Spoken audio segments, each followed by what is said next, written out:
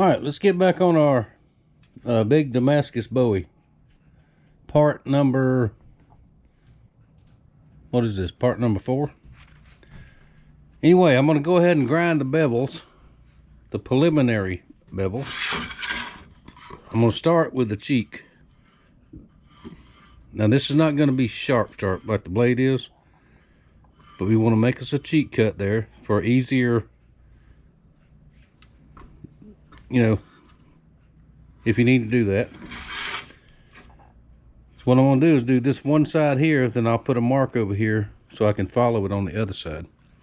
I'm going to show you just a little bit of it, and then we'll get that one done, then we'll flip it and do the blade. You do this first because you want the blade bevel to overlap that. Now watch your ears, it'll get loud.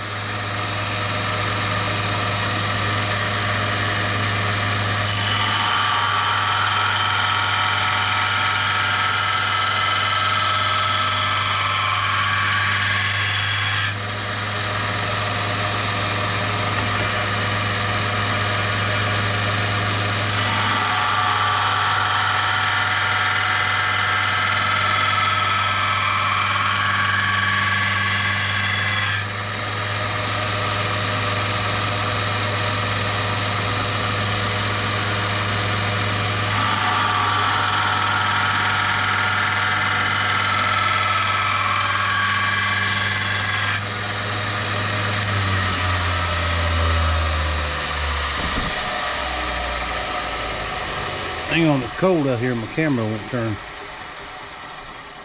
There we go.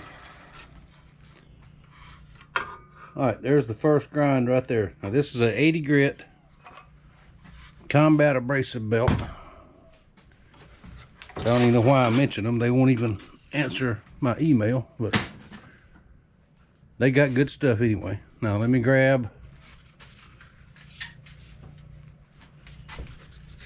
this is a, which one is this one? This is a 150 fine belt.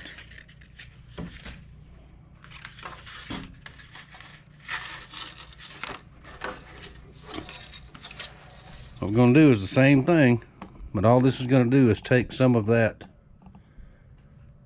the deep scratches out, so when I get ready for final sanding, it won't be as rough.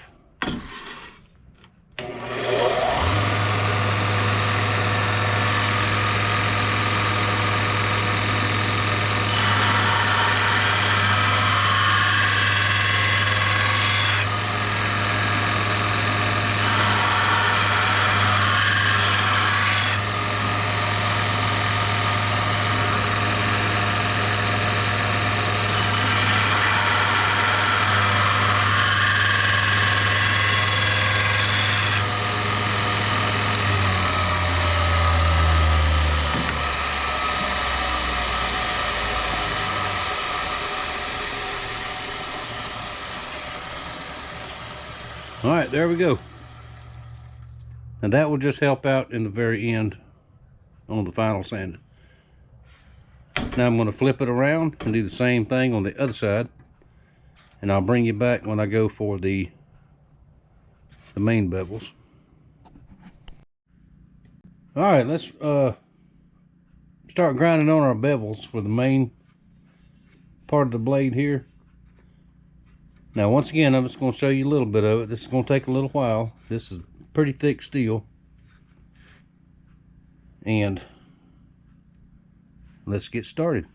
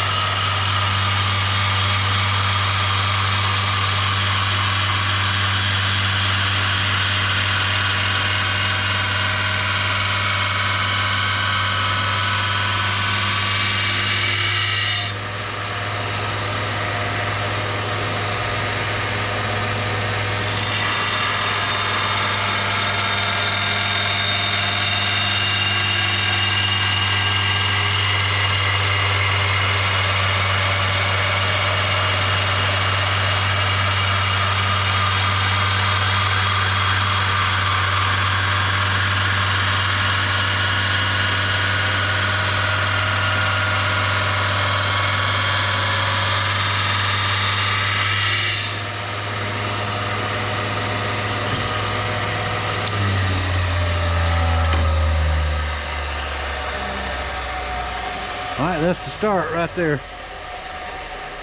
Take a bunch more passes till I get it to where I want it. Then I'll flip it. And we'll do the same thing on the other side. See what I mean about it overlapping right here? That's what you want. Just like that.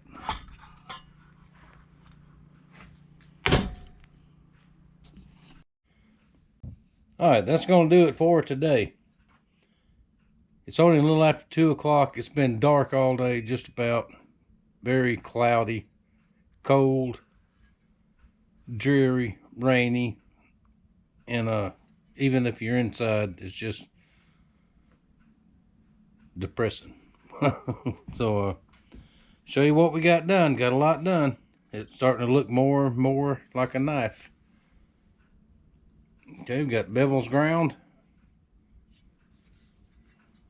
on both sides. Now, after heat treating and all that and sanding, it'll go back to the grinder again